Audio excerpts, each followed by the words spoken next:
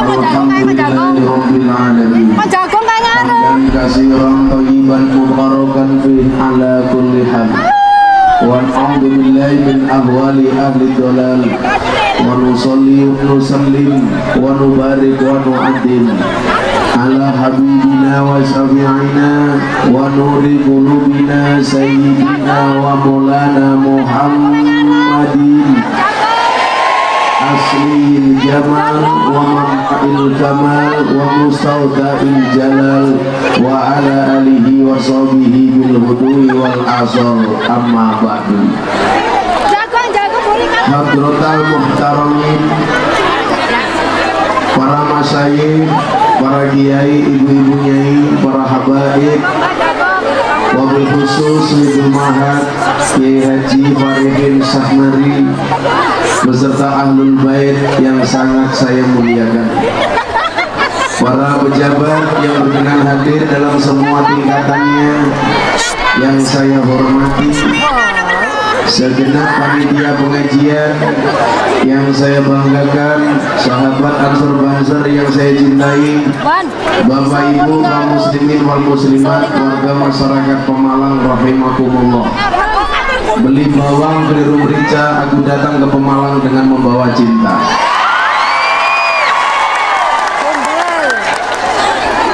Saya meyakini kehadiran kita di pondok yang kita cintai ini semata-mata karena kecintaan kita kepada Allah dan Rasulnya. Maka Imam Asy-Syafi'i radhiyallahu an pernah mengatakan, uhibbu salihina wa lastu minhum la'alli an anala bihim syafa'ah. Ini kalau saya lihat di sini nggak nyaman, coba diatur yang rapi, kumpul melambai ubel ya.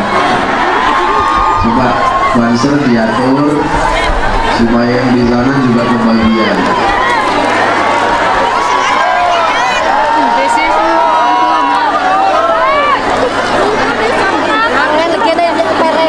Silakan Banser ditata yang rapi, Mas.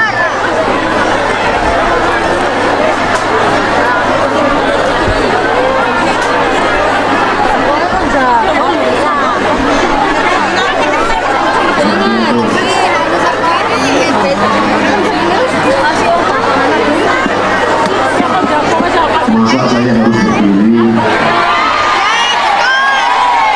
Ibu-ibu lebih senang saya berdiri apa duduk? Itulah perempuan, di mana-mana suka yang berdiri.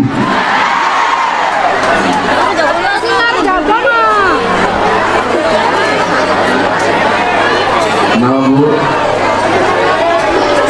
Masa orang puasa suruh berdiri?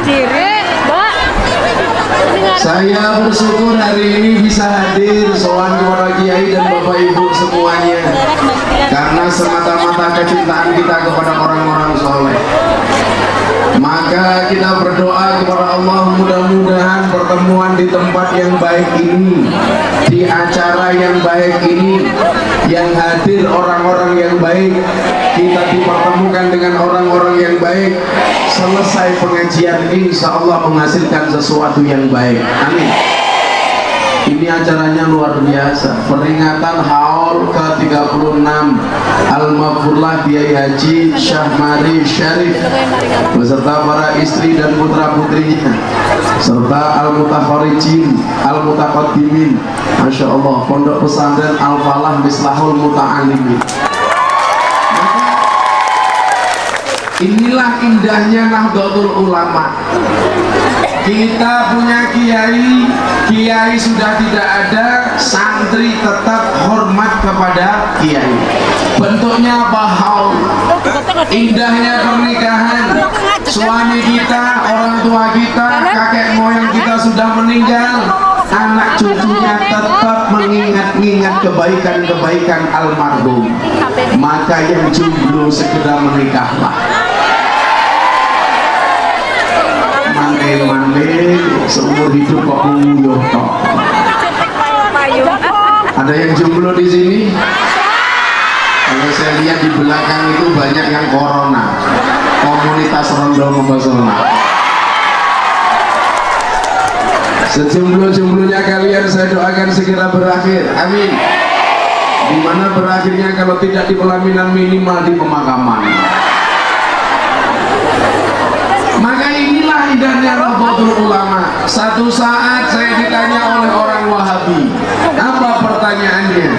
Kenapa kalau Nabi Muhammad yang diperingati itu maulidnya, sementara para kiai meninggal yang diperingati adalah haulnya? Kenapa Nabi Muhammad yang diperingati hari lahirnya, sementara para kiai yang diperingati adalah hari kematiannya? Ibu bapak rahimakumullah, akan saya sampaikan secara sederhana. Nah, apa ya?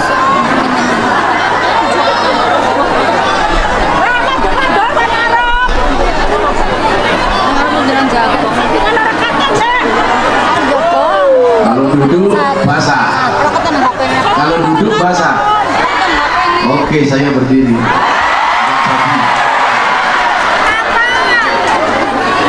Nah, berdiri. Yang penting ya ini ya. Begitu saya berdiri, ibu teriak, oh celananya lucu. Apalagi isinya.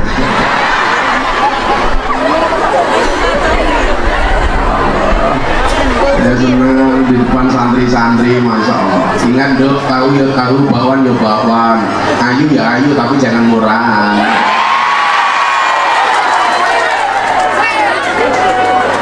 Saya senang kalau gini, ibu-ibu di sana, masya Allah. Dijaga semuanya bu ya, titipkan ke pondok pesantrennya. Nah, cek, ini kok mic-nya sering mati kenapa? Kenapa Nabi Muhammad yang diperingati maulidnya? Maka kita mengenal istilah mauludan. Mauludan. Yang ketika pengajian di Istiqlal bersama PBNU, saya ditanya, apa dalil sahih peringatan maulid? Waktu itu saya jawab, aku mencintaimu saja tanpa dalil. Masa mencintai Rasulullah harus menggunakan dalil? Maka kalau ada orang yang mengatakan maulid, haul dan lain sebagainya nggak boleh, cukup saya katakan, cukup Rokib dan Atid yang menilai amalku, cangkemmu ra usah melu. Kenapa Nabi Muhammad yang diperingati hari lahirnya? Karena jelas Nabi Muhammad SAW dari lahir sampai meninggal sudah terbukti baik, terjamin baik. Dari lahir sampai beliau meninggal sudah pasti baik. Bahkan mohon maaf, ketika masih dalam kandungan ibunya Siti Aminah, perutnya Siti Aminah sudah munawaroh. Apa itu bersinar? Coba kalau bapak-bapak di sini, apakah dalam kandungan bersinar? Enggak. Kalau Kanjeng Nabi munawaroh, kalau bapak-bapak dalam kandungan PD, apa itu peteng dedet? Nabi Muhammad begitu lahir langsung kelihatan sinarnya, sampai meninggal dijamin baiknya. Maka kenapa Nabi Muhammad yang diperingati adalah maulidnya? Sementara kiai kalau meninggal, kenapa diperingati meninggalnya? Sementara kiai kenapa diperingati haulnya atau hari meninggalnya? Karena banyak kiai yang awalnya kurang baik, bahkan belum baik, begitu meninggal jadi orang baik. Contohnya siapa? Kanjeng Sunan Kalijogo. Awalnya tidak baik, tapi meninggalnya dalam keadaan baik. Inilah alasan kenapa kiai yang diperingati adalah haulnya atau hari kematiannya. Maka pelajarannya apa bagi kita? Kafa bil mauti waidun. Telah cukup kematian itu memberikan nasihat. Hari ini kita ngumpul untuk mendoakan orang yang mati. Pertanyaannya, bisa nggak kalau kita mati didoakan seperti ini? Maka cukuplah kematian itu memberikan nasihat. Ibu bapak rahimakumullah, saya sering mengatakan apa sih tugas manusia di dunia? Tugasnya cuma satu, alladzi khalaqal mauta wal hayata. Oh, di sini juga ada orang.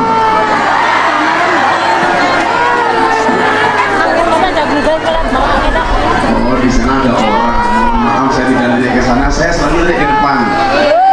Karena di depan ada orang tua jilbabnya pink ya. Menjijikan. Terus tua banget sih mau anu berapa? Terus tua jilbabnya pink.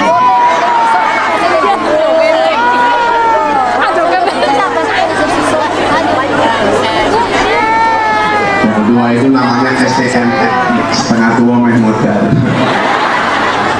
Apa tugas manusia? Tugasnya satu, alladzi khalaqal mauta wal hayata liyabluwakum ayyukum ahsanu amala. Tugas kita itu membuat cerita, dan cerita yang paling disukai oleh Allah adalah ya baik. Ini kenapa ya mau tamat? Apa baterainya habis? Mau baterai? Jangan diganti mic, bawa mic sendiri. Kalau mic kamu kan baunya sambal terasi.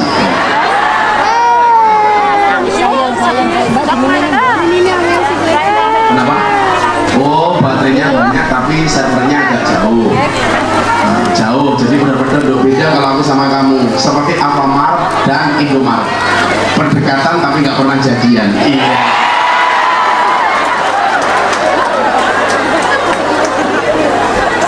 Codot. Kalau santri itu gitu, kembali cewek pakai bahasa tajwid, pakai bahasa nanggung. Kamu tahu nggak, non mati ketemu bak dibaca, non mati ketemu bak saja dibaca itu. Pas aku ketemu kamu tidak ijab.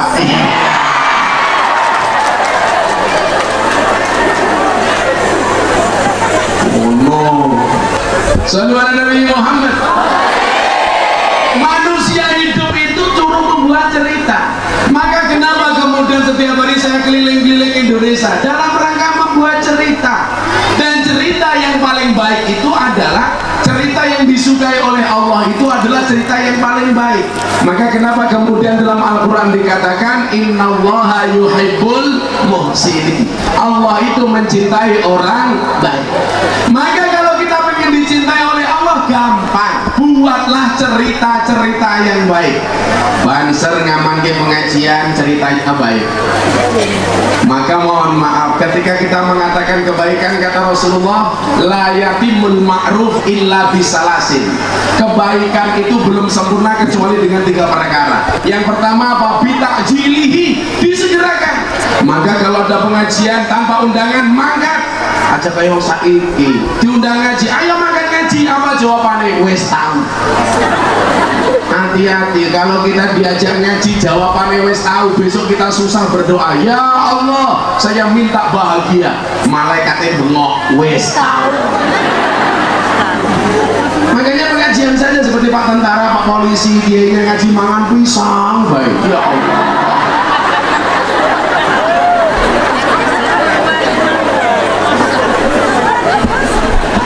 Tapi saya senang kalau ada polisi, tentara ngaji itu. An-nasu yamutuna ala ma'asu wa yub'asuna ala mamatu. Manusia itu akan dimatikan oleh Allah sebagaimana kebiasaan dia hidup. Jadi kalau ada polisi, tentara mau ngaji, punya potensi kayak saya matinya pas pengajian. Amin. Makanya kenapa walaupun saya sakit, istri saya ini sedang di Malaysia kemoterapi, saya tetap berangkat ngaji karena saya pengen dimatikan dalam keadaan ngaji. Siapa tahu saya sowan Kiai Farihin, malaikat Israel datang, diumumkan di masjid, inna lillahi wa inna ilaihi raji'un, telah meninggal dengan tenang saudara polisi umpamanya, kan enggak? Umpamanya loh, dan umpamanya. Silakan makan pisang lagi dan.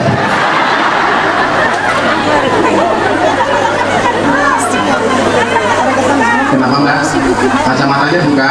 Kok kamu langsung amat sama mataku?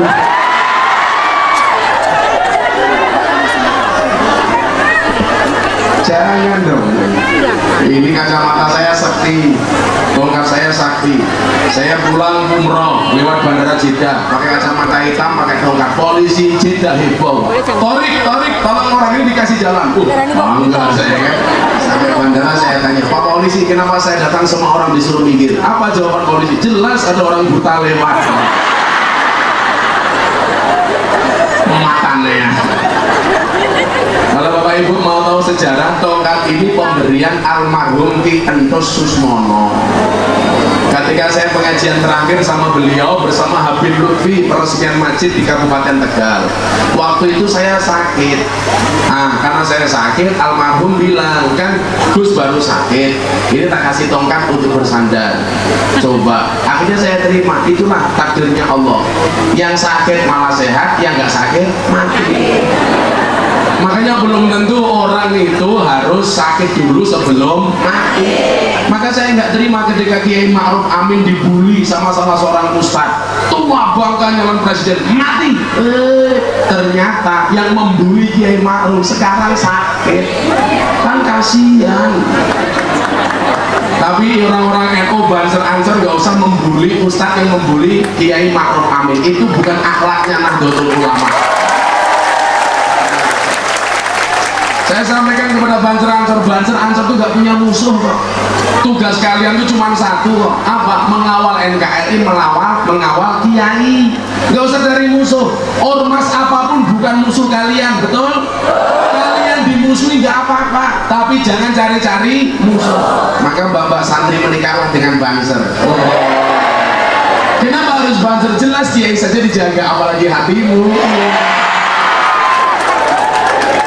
Maka katakan sama Banser, matur sama bapak ibumu, doakan ayah, doakan ibu, relakan dia jadi imamku, di bawah doamu juga restumu, majulah ibadah istiqorohmu, calonku. Jangan ngajar-ajaran sebelum kamu halalkan, perdalamlah agama dan pendidikan, jangan hiraukan godaan si setan. Doa yuk terus doa, singkirkan mantan kikislah di semua para penggomba dan buaya. Wahai calon sang imam serbaguna, di mana engkau berada, teruskanlah perjuangan demi halalkan, kau rela berkorban. Demi halalkan, kau rela berkorban. Maka saya pesan sama Banser, kalau pacaran jangan pakai seragam. Masa saya di Jawa Timur ada Banser pacaran pakai seragam? Kalau bapak santri mau diselingi sama cowok, jangan mau dipacari. Katakan sama dia, Mas, kalau kamu senang sama aku, pilih satu di antara dua, halalkan atau tinggalkan. Gitu. Kamu malah nyah-nyoh. Jadi ini pembelian almarhum Ki Entus. Saya dikasih sama beliau, tolong dikasih sebulan tepat setelah saya dikasih ini beliau meninggal dunia. Mudah-mudahan husnul khotimah. Almarhum Ki Entus itu sebulan sekali datang ke tempat saya di Pondok Jogja ngaji kitab Hikam Ibnu Athaillah As-Sakandari. Setiap sebulan sekali. Pelajarannya apa? Ini orang top, orang masyhur, bupati, pejabat, sebulan sekali masih menyempatkan waktunya untuk ngaji. Masa kita bukan siapa-siapa diajak ngaji jawabannya wes tahu. Ya, ayo ngaji, wes tahu, hati-hati. Sesuai bojomu makin jeluk bojomu lagi, ya Allah, jeluk bojo, wes tahu. Rongos. Dan tolong mbak-mbak mulai hari ini jangan renang di kolam renang ya, bisa hamil. Komisioner KPU kok dua KPAI kok goblok, renang kok iso meteng gitu. Maka tolong para Banser jangan renang di pantai, saya khawatir ubur-uburnya meteng.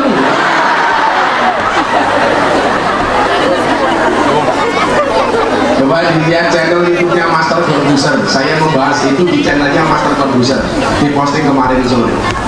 Maka kita buat cerita yang baik supaya kayak Al-Maghfurlah, didoakan ketika meninggal dunia.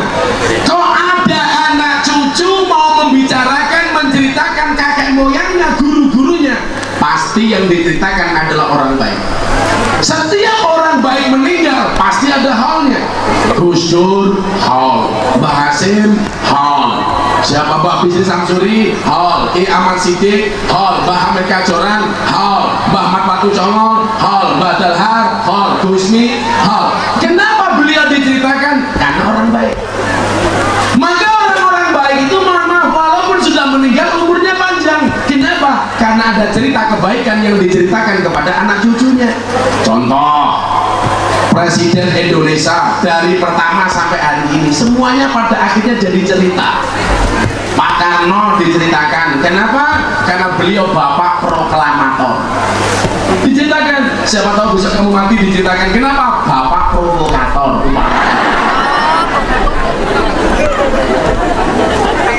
Mbak-mbaknya kalau menikah jangan dengan tukang foto. gak asik, gak ada apa-apain, cuma diinceng. Soekarno karena namanya baik, ceritanya baik, diabadikan jadi nama stadion Gelora Bung Karno. Karena namanya baik, diabadikan jadi nama bandara, Bandara Soekarno Hatta. Karena namanya baik, jadi jalan-jalan Soekarno. Ini menurut Ronggo Warsito. Soekarno itu menurut beliau namanya siapa? Satrio Kinunjoro Murwo Kuncoro, seorang kesatria yang sering dipenjara tapi punya nama yang harum. Ronggo Warsito itu kiai itu merupakan murid dari Mbah Hasan Besari bin Ilyas bin Muhammad Besari, dan kebetulan saya itu keturunan ke-9 dari Muhammad Besari. Nasab saya sama dengan istrinya Habib Lutfi. Jadi Habib Lutfi sama saya itu masih seduluran istrinya, karena sama-sama keturunan dari Mbah Muhammad Besari. Muhammad Besari bin Anom Besari bin Abdullah Mursad bin Raden Demang bin Pangeran Demang bin Ratu Jekulo bin Brawijaya Limo. Tapi saya lahirnya di Lampung, maka Puja Kesuma, putra Jawa kelahiran Sumatera. Kalau asisten saya itu Indo-Pakistan, bapaknya iblis, ibunya setan.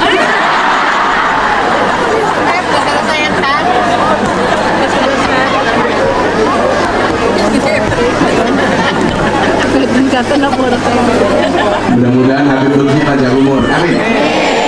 Presiden kedua menurut Ronggo Warsito namanya siapa? Satrio Mukti Wibowo Kesandung Kesampar.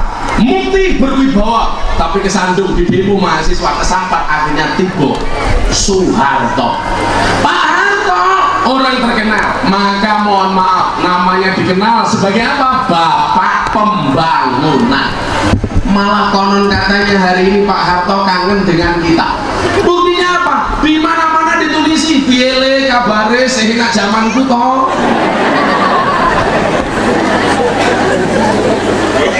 Saya punya mbah tua di kampung. Saya tanya, Mbah, enak hidup zaman Jokowi apa zaman Soeharto? Dijawab, Soeharto, Gus. Lah kenapa? Zaman Soeharto duitnya jenom. Saya ini wis tua.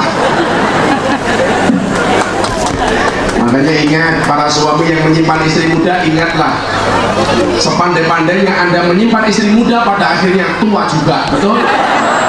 Tidak mungkin muda terus. Jadi tanya sama Deddy Corbuzier, Gus, kita mau poligami? Tidak. Kenapa? Karena saya tipe suami yang setia. Saya punya prinsip, lelaki yang hebat bukan lelaki yang mencintai banyak wanita, tetapi mencintai satu wanita dengan banyak cara. Oh, aku yang ngomong nomor bisa oke. Karena ada kamera punyai. Wah, saya suami setia kok. Istri saya pernah bilang sama saya, apa kalau menikah lagi menikah saya nggak apa-apa, saya siap dimadu. Tenang nih pun, iya, saya siap dimadu. Syaratnya asalkan apa mau diracun, makannya aku nanti. Lelaki itu jangan sampai pernah membuat kesalahan sama perempuan. Ingat-ingat, perempuan itu kelemahannya satu, terlalu banyak mengingat. Laki-laki itu kelemahannya juga satu, terlalu cepat melupakan. Betul? Makanya laki-laki ada yang bilang begini, lali rupanya eling rasane.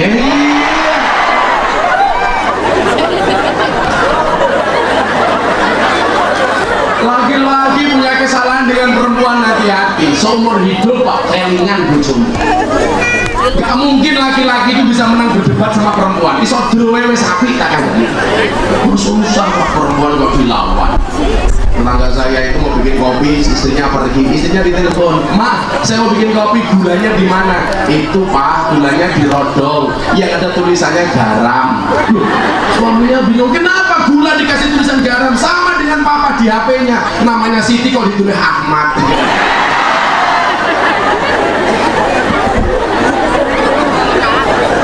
Pengalaman pribadi matanya itu, emangnya aku cowok apa-apa?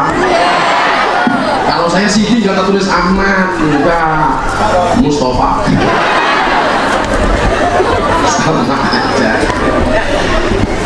Pak Harto muncul presiden ketiga. Jadi cerita, namanya siapa? Menurut Ronggo Warsito Warsito, satrio jinumput sumelo atur gawe wirang. Seorang kesatria yang tidak dipilih oleh rakyat, tidak dipilih oleh DPR, tapi apa? Jinumput. Pak Harto menyatakan mundur, Habibie dijemput jadi presiden. Wow, kalau ceramah meyakinkan, sotar dikenal sebagai bapak teknologi. Dan hari ini para kaum milenial mengenal Pak Habibie sebagai apa? Orang yang sangat romantis. Buktinya ada film namanya Ainun Habibie. Oh, romantis, kamu malah ambiar. Tuku bawang gelem mrica wis kebatut sayang mau diandep kanca. Codot. Santai saja dong. Jaga, cantiknya wajahmu hanya akan membuat laki-laki menatap, tapi cantiknya akhlakmu akan membuat laki-laki menetap. Uang lanang ya ngono rasa pacaran, seneng dirabi. Oh no, malah nangis, berakit-rakit ke hulu, berenang-renang ke tepian. Mantanmu sudah ke hulu, kok kamu masih sendirian?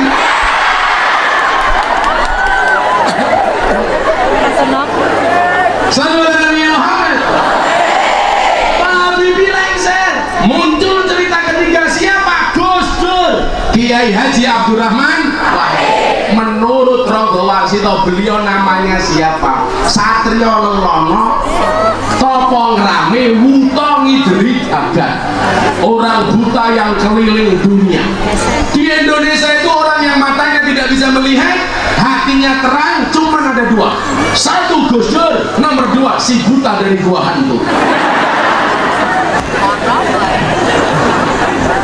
Ibu-ibu tahu yang digendong sama si buta dari gua hantu itu siapa? Nih orangnya di sini. Oke, munyuk ya, sorry ya. Coba menghina kopiahnya NU.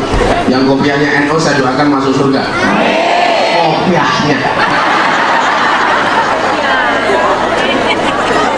Saya ini termasuk orang yang merupakan firasat dari Gus Dur, mendapatkan berkah dari firasat Gus Dur ya. Maka kalau hari ini santri bilang, kamu jadi santri besok bisa jadi apa? Kamu jawab tuh, santri bisa jadi presiden, contohnya Gus Dur. Santri bisa jadi wakil presiden, contohnya Kiai Ma'ruf. Santri bisa jadi gubernur, Khofifah. Santri bisa jadi wakil gubernur, Gus Yasin. Santri bisa jadi kiai viral, Gus Miftah.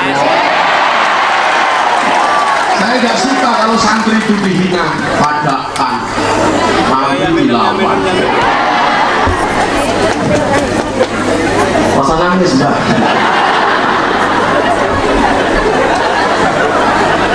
Jadi dulu ya, saya itu orang yang sangat beruntung. Ketika saya menikah, saya menikah itu karena kepepet. Ngomong matang bisa tak? Iya, kok matang bisa? Memangnya aku codot. Saya itu menikah kepepet itu, saya pengen menikah umur 25 tahun, tapi kepepet umur 24 tahun saya menikah. Gara-gara saya sering nasihat pernikahan sebelum menikah. Saya dihina sama kiai-kiai, urung rabi kok wani ngandani wong rabi. Tak jauh yo apa-apa, Mbah Mudin Barois bakal kayak urung tau mati yang budaki jenazah. Apa Mbah Mudin kudu mati dhisik lah ya ora. Akhirnya saya menikah, belum punya pekerjaan, belum punya apa-apa. Itu pun hampir ditolak sama mertua saya. Saya ditanya sama calon mertua saya, kelebihan kamu apa berani melamar anak saya? Saya jawab satu. Kekuranganmu satu. Kelebihanmu apa? Banyak kekurangan. Kekuranganmu nggak punya kelebihan. Punya pekerjaan? Tidak. Punya gaji? Tidak.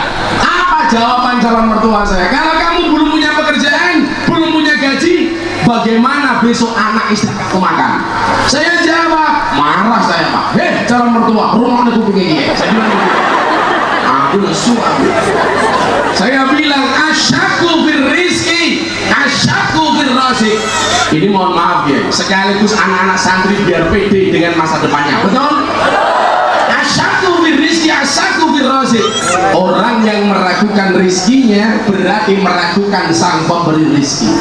Betul, saya belum punya gaji, tapi saya punya rezeki. Apa bedanya Gaji itu bulanan, rezeki bisa datang kapan saja, betul? Gaji karena bekerja, rezeki bisa kapanpun bisa datang dari Allah Ta'ala. Itu sama mana ya Awir? Tombol ngantuk mata nih. Silakan duduk, dikasih kursi. Yang di sini nggak duduk, kasihan. Banter dasmu jadi duduk ya.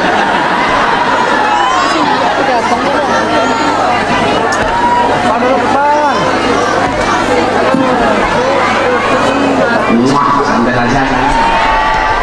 Rewel. Silakan duduk. Ini banjirnya siapa lo mau temen ya? Ora apa-apa, dibutuh lemu ora apa-apa. Jawab ora apa-apa ini orang umur kok makan sego. Daripada awakmu guru gaweane makan kanca. Selalu ada Nabi Muhammad. Akhirnya saya menikah di usia muda, belum punya apa-apa. Awal-awal saya menikah cuma 05, madem-madem mangan melu moro tua. Bahkan akhirnya M10, madem-madem mangan melu moro tua, muring-muring menantu meneng mawon.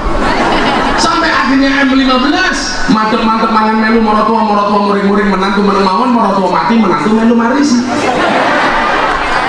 Mertua saya bilang, M1, apa Pak? Matamu. Saya menikah, umur 24 tahun, belum punya pekerjaan. Saya waktu itu hampir ditolak. Langsung saya bilang sama beliau, bapak mertua saya, hei Pak, jenengan ngerti entung? Mertua saya tanya, apa hubungannya karo entung? Yura ono. Entung kae ning jero godhong gedang santri rungono.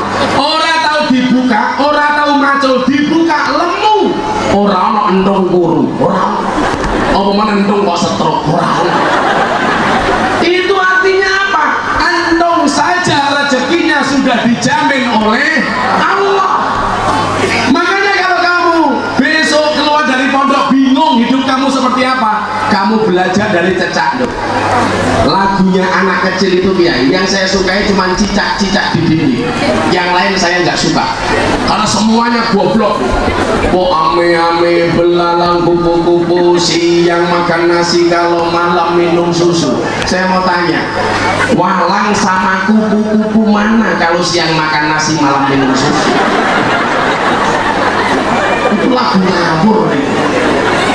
Lagian kalau lagu ini dinyanyikan anak kecil salah. Yang siang makan nasi malam minum susu anaknya apa bapaknya?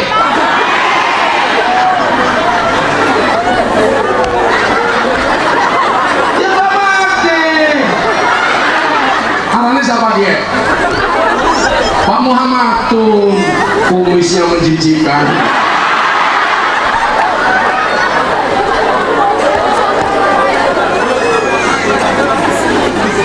Muhammadun. Coba lagu yang tidak benar. Ada lagi Pak, lagu yang menghina mbahnya. Burung kakak tua hingga di jendela, nenek sudah tua, giginya tinggal 2. Bilang nenek mbahnya tak? Mbahnya medok putu nih. Nenek sudah tua, giginya di jendela. Ini juga beresin. Maka saya kemarin ketemu guru-guru TK, saya minta apa? Kurikulum anak-anak TK itu dirubah Pak. Masuk TK dikasih cerita judulnya apa? Kancil nyolong timur. Itu pentingnya apa coba? Kancil itu kan maling. Kok dicerita-ceritakan kepada anak TK? Maka karena kecilnya diceritakan kancil nyolong timun, begitu jadi pejabat gaweane maling koyo kancil. Sengit tahu. Kok yang mani? Untung ya keluar. Pak siapa namanya? Oh Muhammad juga kok, Muhammad semuanya. Pak Muhammad mulai meninggalkan dunia hitam. Meninggalkan dunia hitam. Buktinya Pak rambutnya putih semua. Saya doakan Pak Muhammad panjang umur. Orang sedunia mati Anda hidup sendiri ya.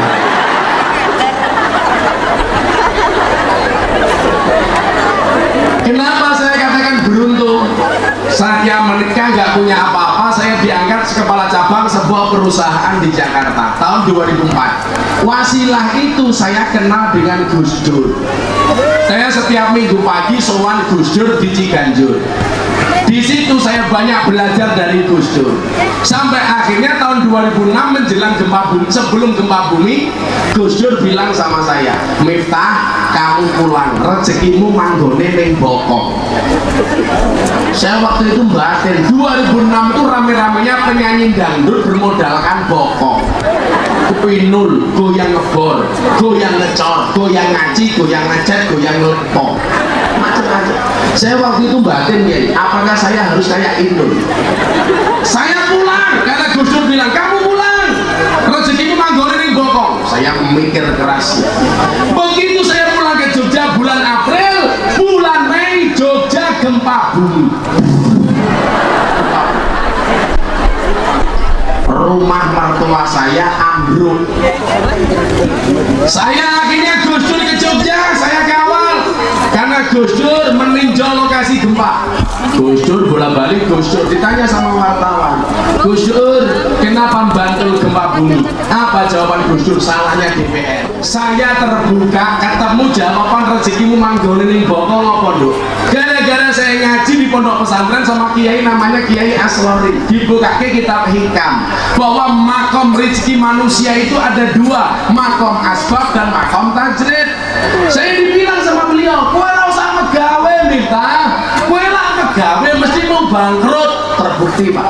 Saya bikin perusahaan, uang saya dibawa lari oleh kawan saya. Akhirnya apa? Saya putuskan rezeki ini manggone ning Bokong. Mulang santri.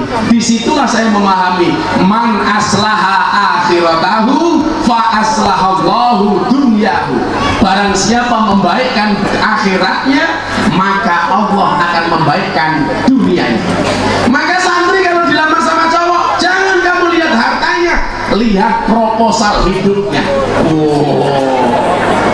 Aku seneng karo awakmu. Masa depannya gimana, Mas? Coba terangkan kepada saya. 4 SKS. Caranya begitu. Dan ternyata benar, begitu saya fokus ngurusi agamanya Allah, Allah membaikkan dunia saya. Maka santai saja. Hari ini kamu belum menikah, tapi kue santri cah kene cah NU. Kue sesuk rabi lan duwe apa-apa. Kue wong NU ora apa-apa, ora iso masak, ora duwe beras, ora duwe duit, ora iso tuku beras, ndelalah tanggane mati.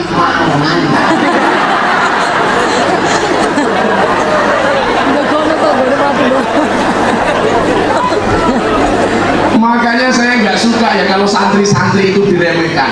Sekarang siapa yang bisa menjamin orang yang kuliah di perguruan tinggi masa depannya lebih hebat daripada anak pesantren? Nggak ada yang bisa menjamin. Teman saya itu kuliahnya di mana? Di hukum, pulang ke desa sarjana hukum. Aku hukumnya apa? Pasale ora payu, payune pas bodot tok. Disuguh tanggane, kalengnya biskuit dibuka isinya rengginang. Ini melanggar KUHP pasal 378 penipuan. Coba kalau santri-santri NU enak, gak usah khawatir dengan masa depanmu. Tetangga saya kuliahnya di mana? Geologi pertambangan. Harusnya kerjanya di mana, Kiai? Freeport, tambang minyak, tambang gas. Anda tahu sekarang pekerjaannya apa? Tukang kuras WC. Sampai motornya ditulisi silitmu adalah rezekiku.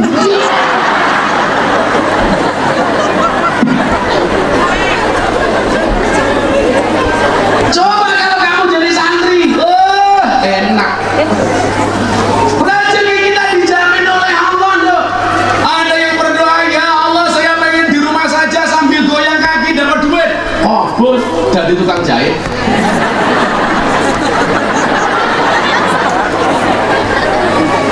Saya pengen ya Allah duduk termenung sambil kipas-kipas jadi duit. Oh, bos, bakul sate. Ada yang berdoa, "Ya Allah ya Rob, saya pengen ditakuti oleh semua orang." Kabul, jadi apa? Debt collector. Ada lagi yang berdoa, "Ya Allah, saya pengen orang-orang kaya itu manut dengan saya." Ya Allah, kabul. Tukang parkir, mau beli Fortuner Alphard kiri manut. ngeyel ya tabrak pisan. Ada lagi dia doa yang paling ekstrim. Ya Allah, saya pengen duduk termenung saja dari duit. Kabul. Jadi apa? Penunggu toilet umum. Rongepo. Masa kita nggak ya? Saya diajarkan banyak hal oleh Gus Dur. Yo, sebelum dilanjutkan, selawatan dulu. Ini band piano ini megawe lah. Ayo, Bapak Ibu minta lagu apa? Lagu baru apa lagu lama? Belum jadi. Lagu lama wis kaset. Cici Kepang. Ambiar. Pamer bojo. Cidro. Kecamol cawet. Ya Allah, kecamol cawet. Anda ini minta lagu apa? Ambiar. Hingga Rabi. Korban janji. Mundur alon-alon. Mundur alon-alon ini lagunya Pak Muhammadun. Aku mundur alon-alon merko kowe ra gelem kelon.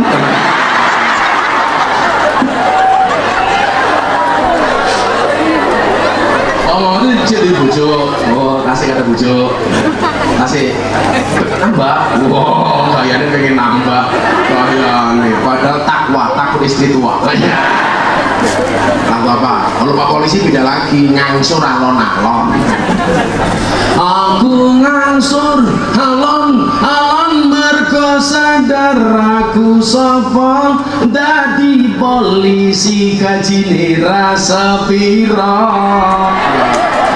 Kalau santrinya Pak Kiai ya beda, ngaji alon.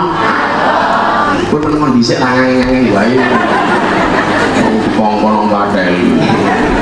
Aku ngaji alon mergo sadar aku sapa santri sing nakal ra iso apa-apa.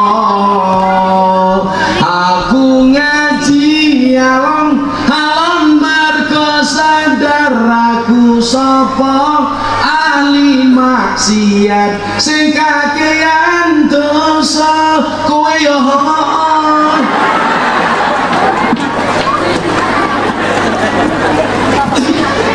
Lagunya santri wae ditinggal rapi versi sholawat. Bisa orang ya? Hei, orang baik kerja ya.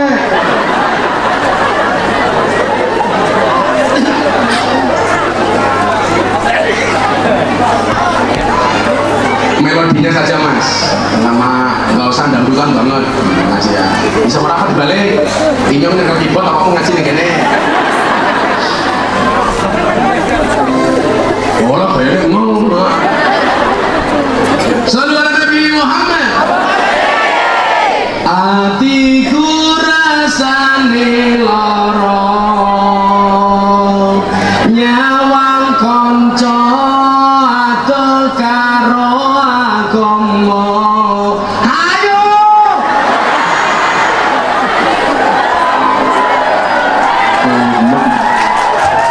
bisanya apa?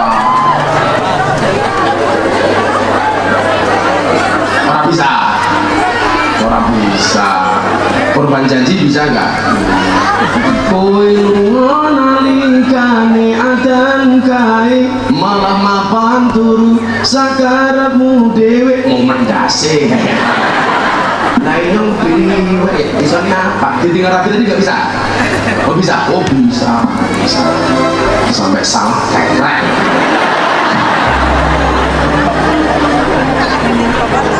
Lah gitu. Ulangi yuk. Sallu ala Nabi Muhammad. Atiku rasane lara nyawang kanca ado karo agama. Renduwe tata krama Qur'ane ra diwaca salate yo ditinggalno. Tepuk tangan. Apa iki wis jamane cacah enom kelan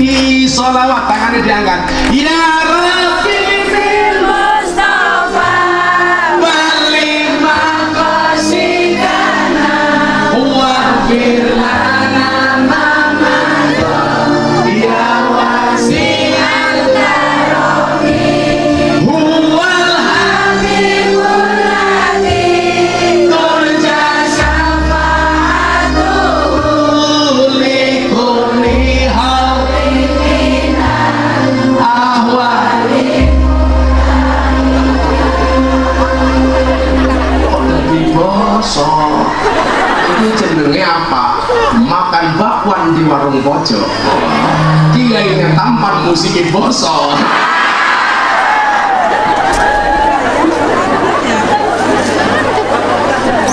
Momen dasar. Wes lagu wong NOE, sholawat, sholawat salinda bisa enggak? Rogi ya, tak cabut jenggotin ya. Ayo bro, sholawat salinda. Bisa bu? Mumpung ini bulan Rajab, saya teringat dengan sabdanya Rasulullah.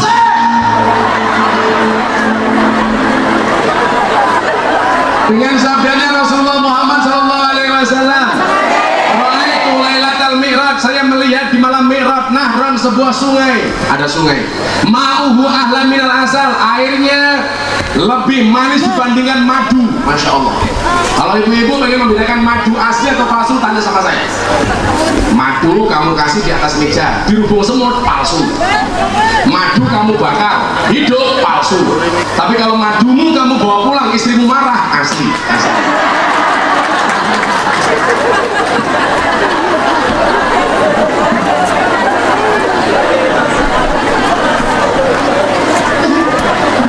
Ayaki Muhammad Gun. Sallallahu alaihi Nabi Muhammad. Ahla minal asal, lebih manis dibandingkan madu. Wa abratu minas salji, lebih dingin dibandingkan es. Wa atyabu minal miski, lebih wangi dibandingkan minyak misik. Fakultu saya bertanya, ya Jibril, liman hada? Ini untuk siapa wahai Jibril?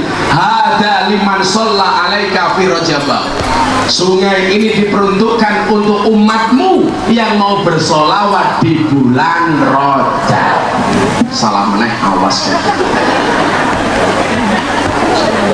Sholli wa sallim daiman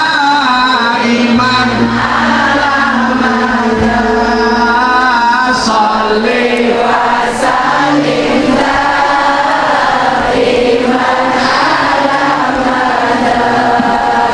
wal ali wal ashabi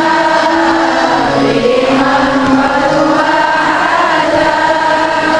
wal ali wal ashabi man qad wahada.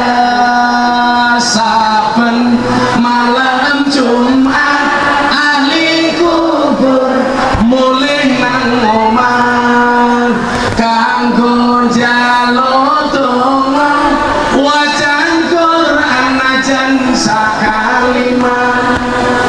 Lamun ora dikirimi banjur bali beres miring bali nang kuburan mangku tangan ketangisan.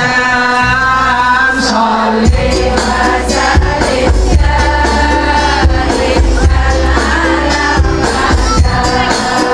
sholli wa sallim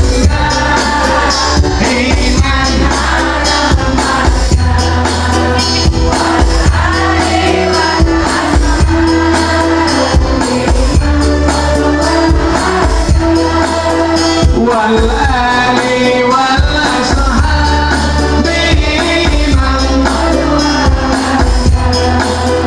kebaca menanggir anak turunku. Sekali lagi, mudah-mudahan anak-anak di sini yang dititipkan di pondok ini masa depannya dijamin oleh Allah. Hari ini kalau seandainya kita berhadapan langsung dengan Rasulullah, kita minta sama Rasulullah, iman alamada sholli wa sallim iman alamada wal ali wal ashabi man qad wahada wal ali wal ashabi man qad wahada. Shallu ala Nabi Muhammad. Pak, untuk wali murid, saya dulu ingat betul ketika saya berangkat ke Jogja, saya matur sama ibu saya, Bu, saya nggak usah dikirimi uang. Minta apa kamu nih? Setiap ibu sholat, tolong saya dikirimi Fatihah sama sholawat. Ngopo ya? lingkungan malah kayak wong mati ya. Hujan nggak apa-apa.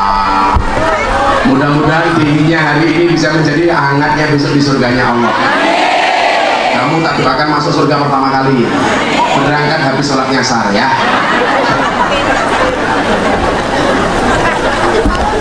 Kok kamu kemarin wamat sih? Sorry ya, kita beda pemikiran.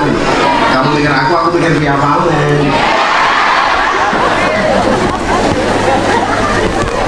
Ibu yang anaknya mondok di sini, saya minta setiap habis sholat anakmu disebut namanya, kamu kirimi Fatihah dan sholawat. Insya Allah akan kabul semua hajat. Amin. Yang anaknya di rumah setiap tidur dipegang kepalanya disolawati. Allahumma sholli ala sayyidina Muhammad. Mudah-mudahan anakku soleh. Al-Fatihah. Mandi.